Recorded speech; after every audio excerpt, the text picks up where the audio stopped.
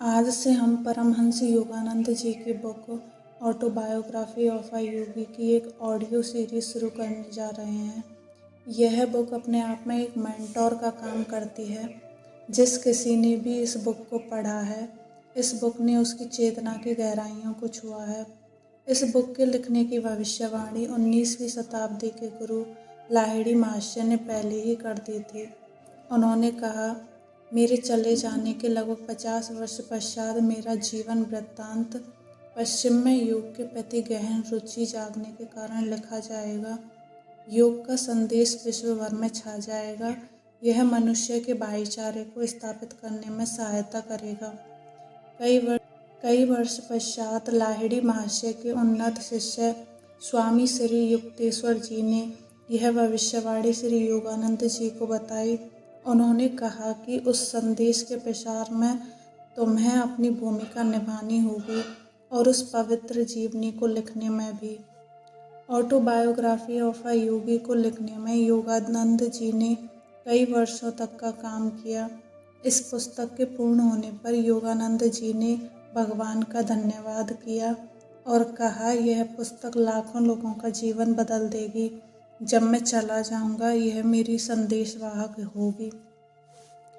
योगानंद जी का जन्म गोरखपुर में 5 जनवरी 1893 को हुआ। वे 8 भाई बहन थे। उनके माता पिता बंगाली क्षत्रिय थे। दोनों ही संत प्रकृति के थे। उनके पिता का नाम भगवती चरण घोष था और वे बंगाल नागपुर रेलवे में उपाध्यक्ष के समकक्ष पद पर कार्यरत थे। योगानंद जी के माता पिता बनारस के लाहिड़ी महाशय के शिष्य थे। उनके पिता लाहिड़ी महाशय से अविनाश बाबू के माध्यम से मिले थे। अविनाश बाबू बंगाल नागपुर रेलवे में एक कर्मचारी थे। गोरखपुर में योगानंद जी के बचपन में अविनाश बाबू योगानंद जी को अनेक भारतीय संतों की मन को तल्लीन कर देने वाली कहानियाँ सुनाया करते थे। तुमने कभी सुना है कि असाधारण परिस्थितियों में तुम्हारे पिताजी लाहिड़ी महाशय के शिष्य बने? उन्होंने योगानंद जी की उत्सुकता जगाने वाला यह प्रश्न योगानंद जी से किया। योगानंद जी ने आशा भरी मुस्कुराहट के साथ नाम में सिर हिलाया।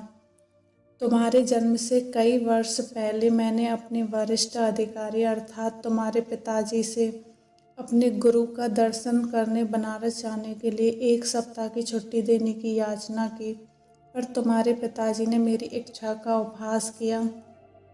उन्होंने कहा, क्या तुम धार्मिक कट्टरवादी बनना चाहते हो? यदि जीवन में आगे बढ़ना चाहते हो तो अपने काम पर ध्यान दो। झाड़ियों से गुजरती एक पगडंडी से उस दिन उदास मन लिए मैं घर जा रहा था कि पालकी पर सवार तुम्हारे पिताजी से मेरी मुलाकात हो गई। उन्होंने पालकी और नौकरों को विदा कर दिया और मेरे साथ चलने लगे। मुझे सांत्वना देने के लिए वे सांसारिक सफलताओं के लिए प्रयास करने का लाभ मुझे समझाने लगे, पर मैं उनकी बातें बेमन होकर सुन रहा था। मेरा हृदय बार बार यही पुकार रहा था, लाहिड़ी महाशय, मैं आपके दर्शन के बिना जी नहीं सकता। हम लोग चलते चलते एक सुनसान मैदान के किनारे पहुंच गए, जहां संध्याकालीन सूर्य की किरणें लहराती ऊंची जंगली घास पर चमक रही थीं। हम लोग उस मनोरम दृश्य को देखने के लिए रुक गए। वहां उस मैदान में हमसे ही कुछ गज की दूरी पर मेरे महान गुरु अकस्मात प्रकट हो गए। उनका स्वर वातावरण में गूंज उठा, भगवती, तुम अपने कर्मचारी के प्रति अत्यंत कठोर हो।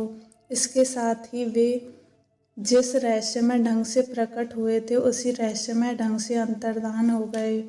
मैं जमीन पर घुटने टेककर लाहिड़ी महाशय पुकार रहा था। कुछ क्षणों के लिए तुम्हारे पिताजी स्तंभित हो गए। अविनाश, मैं न केवल तुम्हें छुट्टी दे रहा हूँ, बल्कि वाराणसी जाने के लिए मैं स्वयं भी छुट्टी ले रहा हूँ। तुम्हारी सहायता करने के लिए जब चाहे अपनी इच्छा के अनुसार प्रकट होने की शक्ति रखने वाले इन महान लाहिड़ी महाशय के दर्शन मुझे करने ही होंगे। मैं अपनी पत्नी को भी साथ लूँगा और इस और इन महान गुरु से प्रार्थना करूँगा कि वे हमें अपने आध्यात्मिक पथ में दीक्षित करें। क्या तुम हम दोनों को उनके पास ले चलोगे? अवश्य। अपनी प्रार्थना के इस चमत्कारपूर्ण उत्तर को पाकर और घटनाओं के इतने शीघ्र अनुकूल मोड़ लेने पर मेरा मन आनंद से गदगद हो उठा था। अगले दिन शाम को तुम्हारे माता पिता और मैं रेलगाड़ी से वाराणसी के लिए चल पड़े। अगले दिन हम लोग वहां पहुंचे। लाहिड़ी महाशय की छोटी सी बैठक में प्रवेश करने पर वहां हमेशा की तरह पद्मासन में बैठे हुए गुरुदेव को हमने प्रणाम किया। उन्होंने अपनी हृदय वेदी आंखें झपकाईं और उन्हें तुम्हारे पिताजी पर स्थिर कर दिया। भगवती, तुम अपने कर्मचारी के प्रति अत्यंत कठोर हो। 2 दिन पहले घास भरे मैदान में कहे हुए वही शब्द उन्होंने फिर से दोहराए। फिर उन्होंने आगे कहा, मुझे खुशी है कि तुमने अविनाश को आने की अनुमति दी और साथ ही तुम भी अपनी पत्नी को साथ लेकर यहाँ आ गए। तुम्हारे माता पिता को अत्यंत आनंद हुआ कि गुरुदेव ने उन्हें क्रिया योग की दीक्षा दी। उस पवित्र दर्शन के अविस्मरणीय दिन से ही तुम्हारे पिताजी और मैं गुरु भाई के रिश्ते से घनिष्ठ मित्र रहे हैं। लाहिड़ी महाशय ने तुम्हारे जन्म में विशेष रुचि दिखाई थी। तुम्हारा जीवन निश्चय ही स्वयं उनके जीवन के साथ जुड़ा रहेगा। गुरुदेव का आशीर्वाद कभी निष्फल नहीं होता। योगानंद जी के जन्म के थोड़े ही दिन बाद लाहिड़ी महाशय ने इस जगत से प्रस्थान कर लिया। योगानंद जी के पिताजी जहाँ जहाँ भी स्थानांतरण होता था, वहाँ वहाँ लाहिड़ी महाशय की एक सुंदर अलंकृत फ्रेम से सजी हुई फोटो अपने पूजा घर में देवताओं के चित्रों और मूर्तियों के साथ रखते थे। उन फोटो का योगानंद जी के जीवन पर जबरदस्त प्रभाव पड़ा।